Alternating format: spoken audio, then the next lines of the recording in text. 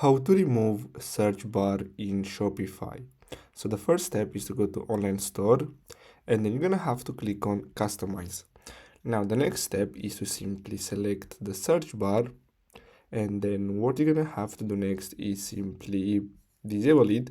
So let's see, as you can see, so we should have here let's see, as you can see we have search suggestions, so you're gonna have to disable that, and then what you're gonna have to do next is simply, so let's go to the header here, and as you can see we have announcement bar, then we have the header, and then here, so let's go to settings, and then basically we're gonna have to simply click on search behavior here, and basically we're gonna have to disable all this, and that's all you have to do.